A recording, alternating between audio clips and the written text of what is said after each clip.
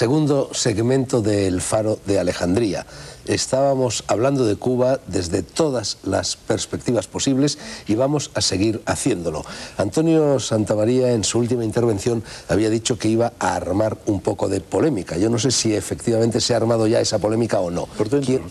No por dentro. No, yo le pues oía, exteriorízala. Estaba bien, ten en cuenta que yo soy un hijo del desastre, es decir, el desastre del 98, aparte de otros muchos más.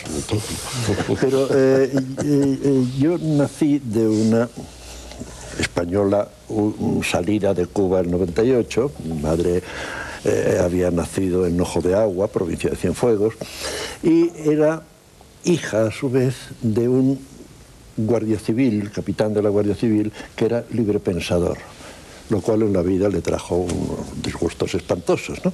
Entonces, cuando vinieron a España, repatriados del desastre, mi madre tenía tal nostalgia de Cuba que me acunaba con canciones cubanas y con canciones garibaldinas, por lo del librepensador, así he salido yo. Entonces, ella había idealizado Cuba. Aún en la guerra, aún en el bohío, aún en un pueblecito pequeño, aún con los insurrectos, como decían. Bueno, entonces la idea era que Cuba no tanto se había sublevado el insurrecto, que decían ellos. Bueno, es la idea que luego descubrió Mark Twain, no mi madre.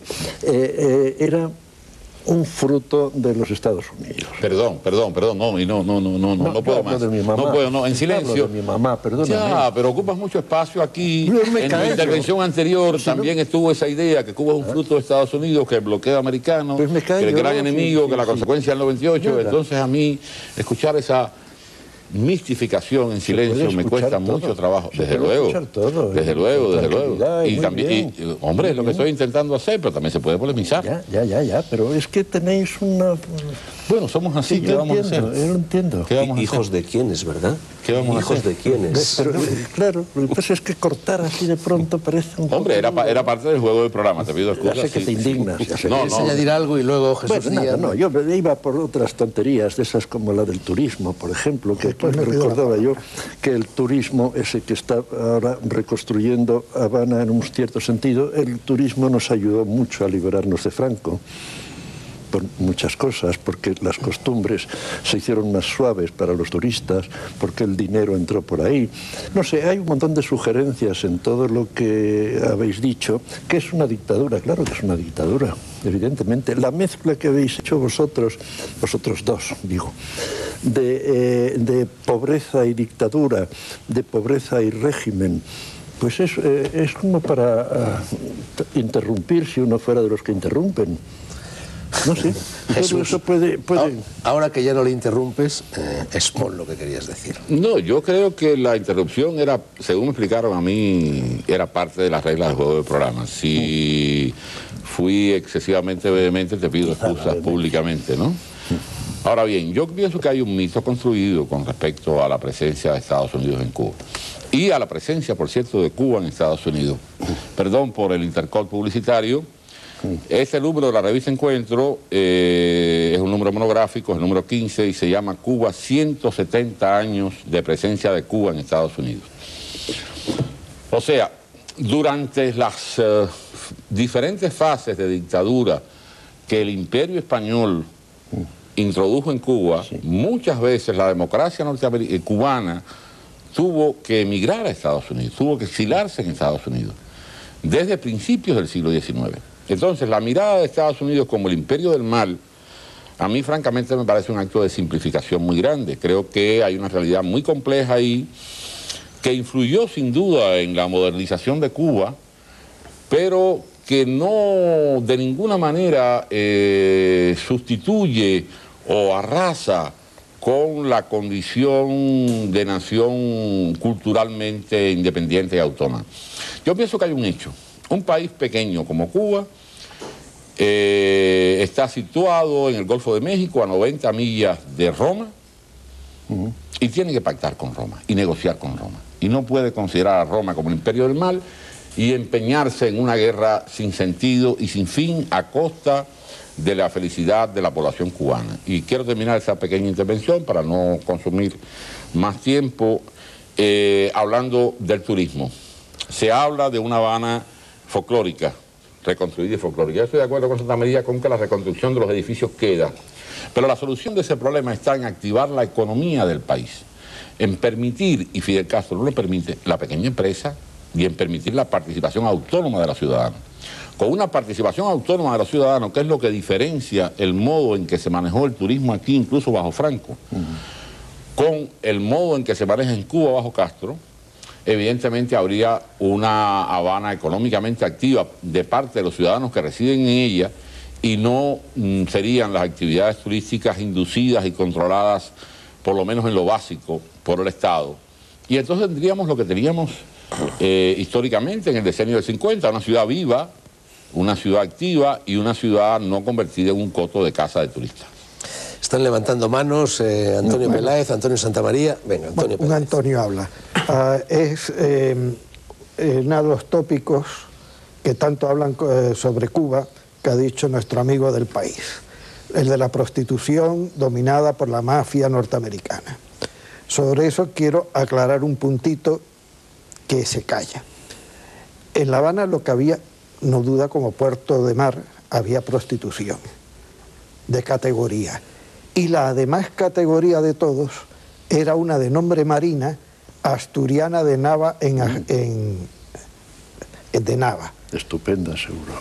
Lo llevaba fabulosamente bien.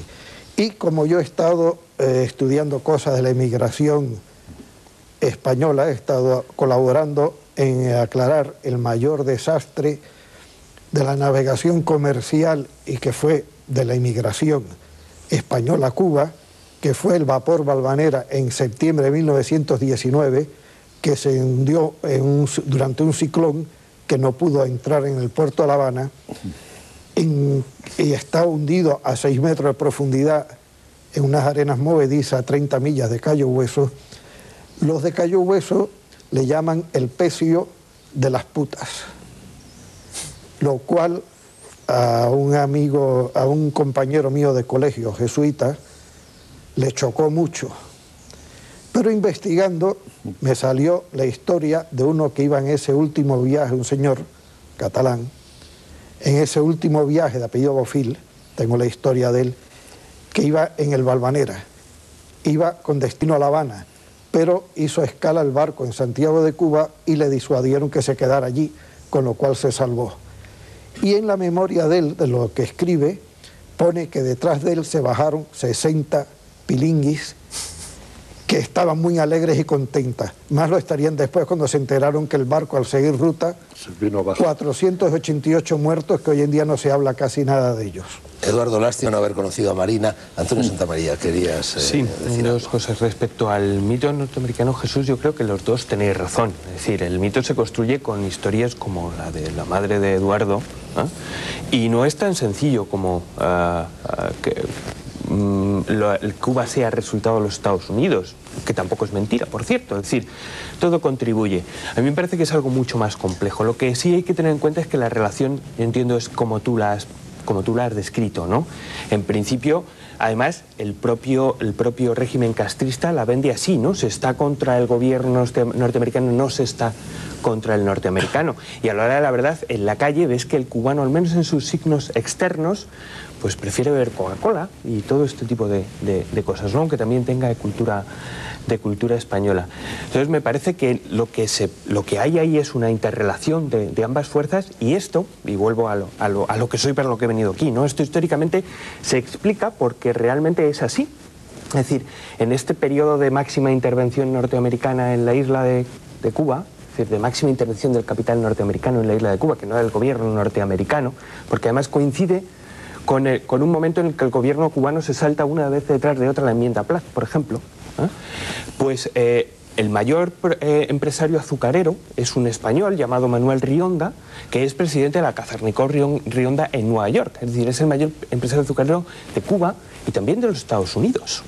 Es decir, y es un cubano. Como en la década del 50 lo es después Julio Lobo. Como luego Julio Lobo. Es decir, Y antes. Sí, y si sondeas hacia atrás, tienes que en el siglo XIX las fortunas cubanas son tan grandes como las mayores fortunas norteamericanas. Al fin y al cabo, Cuba es un país de encuentro de culturas y también de choque de intereses muy importante. Hay una relación de tú a tú entre determinada élite, Exacto. está muy claro. Lo que pasa es que Cuba es un país pequeño. Y no puedes mirar la actualidad sin remontarte al pasado y al pasado a muchos siglos atrás, ¿no? Es decir, Hugh Thomas estuvo en Cuba haciendo la historia de Cuba, creo que pretendía hacer solo el tema de la revolución y acabó escribiendo 1500 páginas, bueno, remontándose al 17. Perdón, el libro de Hugh Thomas es el bodrio histórico peor que hay. Tiene más errores que días tiene el año. Seguramente es opinable. Entre ellos, uno... Pero también es un manual grande, con una visión de conjunto que hay que agradecer. Pero está lleno de errores. Yo no soy... Se lo escribieron a él. Si me permitís, bueno, dejemos a Hugh Thomas. me permitís una puntualización con respecto al tema de debate ahora mismo. Cuba y Estados Unidos evidentemente están condenadas a entenderse. Están condenadas a entenderse. España, Antonio, permíteme, también España, bueno, España, Clarín decía, al final, que fue uno de los observadores, digamos, más sagaces de la guerra hispano-cubana, cuando, digamos, el conservadurismo español decía que Cuba es de España, Clarín decía, Cuba es España.